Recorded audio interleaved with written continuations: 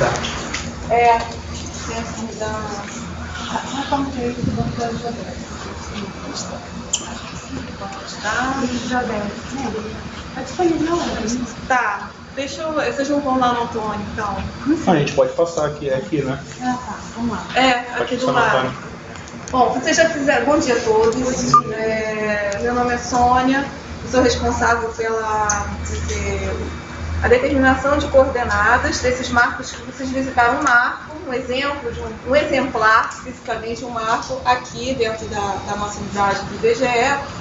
E a nossa responsabilidade aqui, quer dizer, a gente determina as coordenadas através de diferentes métodos. Provavelmente, eu não sei se vocês já abordaram esse alguma aula. Ele é professor. Não, ainda não. Então, na próxima aula. Mas já pode adiantando. Então, vamos dizer, a topografia é responsável pela aplicação desses métodos. Então, podem ser por instrumentos ópticos mecânicos, por GPS, que são os instrumentos ópticos mecânicos? Um teodolito, um nível, que é justamente para medir as altitudes, as diferenças de altitude com precisão. Antigamente, a gente usava para determinar a coordenada planimétrica, ou seja, latitude e longitude, a gente usava mais um teodolito. Com a evolução tecnológica, a gente passou a adotar somente o GPS. Não é um GPS que vocês estão acostumados a ver, é um GPS profissional, ou seja, o que a gente costuma ter no celular ou em algum tablet é um GPS que te dá uma precisão aí de alguns metros, então a gente sabe que a gente sempre vai estar errando em poucos metros, de 10 a 5 metros. Esse profissional, ele te permite uma precisão a nível centimétrico, de poucos centímetros. Então é com esse equipamento que a gente vem trabalhando nos últimos 15 anos. A gente largou toda aquela tecnologia que se tinha de óptica mecânica, esse equipamento, para trabalhar somente com o GPS. A outra vantagem do GPS, além da gente possibilitar a coordenada com uma maior precisão ainda do que aqueles instrumentos ópticos mecânicos, é que ela te possibilita a terceira componente, que é a altitude. Então, o posicionamento é tridimensional. Eu obtenho latitude, longitude e altitude. Eu não quero entrar muito no mérito do significado dessa altitude, que ela não é física, é somente geométrica. Isso provavelmente o pessoal lá da altimetria vai abordar um pouquinho com vocês. Tá? Então, nós somos responsáveis pelas estações, que a gente chama GPS, daqui, ou seja, as referências posicionais e com foco somente GPS. Nós temos os marcos nos quais a gente estabelece coordenada e as suas coordenadas são disponibilizadas através do nosso banco de dados. Aqui no nosso portal, IBGE, Geociências, e em Geodésia a gente tem banco de dados, por exemplo, banco de dados geodésicos. E aí aqui você escolhe uma estação. Eu vou escolher uma estação GPS, tá? Ela é uma estação até que... Ela é uma estação ativa. Eu vou explicar para vocês a diferença entre uma e outra.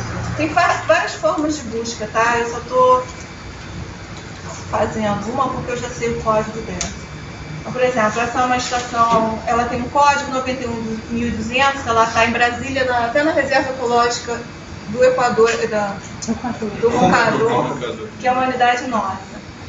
Ela é também uma referência de nível, foi feito o nivelamento de alta precisão nela também.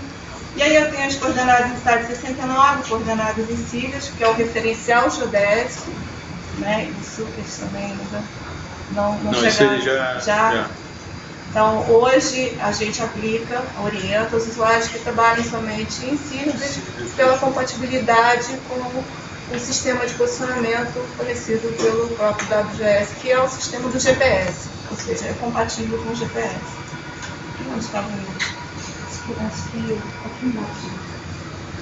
Aí vem o descritivo, depois das coordenadas, latitude, longitude, sistema de referência. Aqui também em TM vem a localização da estação, descrição e fotografias. A fotografia da estação, na verdade, foi uma estrutura que a gente prolongou de um prédio. O que é uma estação ativa e uma estação passiva? A gente dá essa denominação. Uma estação passiva é aquela que a gente constrói o marco, ocupa com equipamento, determina a coordenada e disponibiliza essas coordenadas para o usuário. O que o usuário vai fazer? Vai ocupar aquele marco com o equipamento dele para densificar outros pontos na sua área de atuação. Ou seja, ele vai construir uma estrada naquela área, então ele precisa de uma estação de referência ali no local. Tem uma estação de IBGE, ele ocupa esse marco, aproveita essas coordenadas para ele densificar os outros pontos que ele precisa demarcar ali na sua área que ele vai trabalhar. Então, essa é uma referência passiva que a gente chama. A referência ativa é aquela que a gente tem um equipamento funcionando os 7 dias, 24 horas do dia, nos 7 dias da semana. É um receptor GPS, no qual como é que a gente vai prover o acesso do usuário a esse marco? Através dos dados que a gente disponibiliza na nossa página. Então, esse é um exemplo de uma estação. Essa estação, ela existe. O outro exemplo está aqui em cima, só que hoje está chovendo e aí fica meio complicado de vocês irem. O que a gente tem aqui em outra salinha é o receptor GPS, porque do lado de fora fica só a antena, que ela é ligada por um cabo e o receptor fica aqui dentro da salinha. Aqui é a mesma coisa, a antena fica aqui no nosso teto e, assim, pela janela a gente passa o cabeamento para ligar até o equipamento ao receptor. A gente pode ir até a outra sala onde vocês vão ver um receptor, vamos dizer, profissional, né, GPS.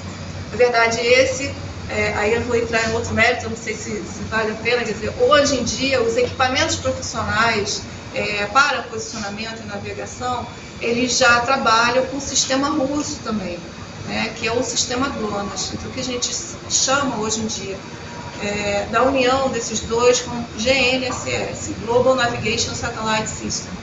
Tá? Hoje, esses são os dois sistemas de navegação operacionais no mundo.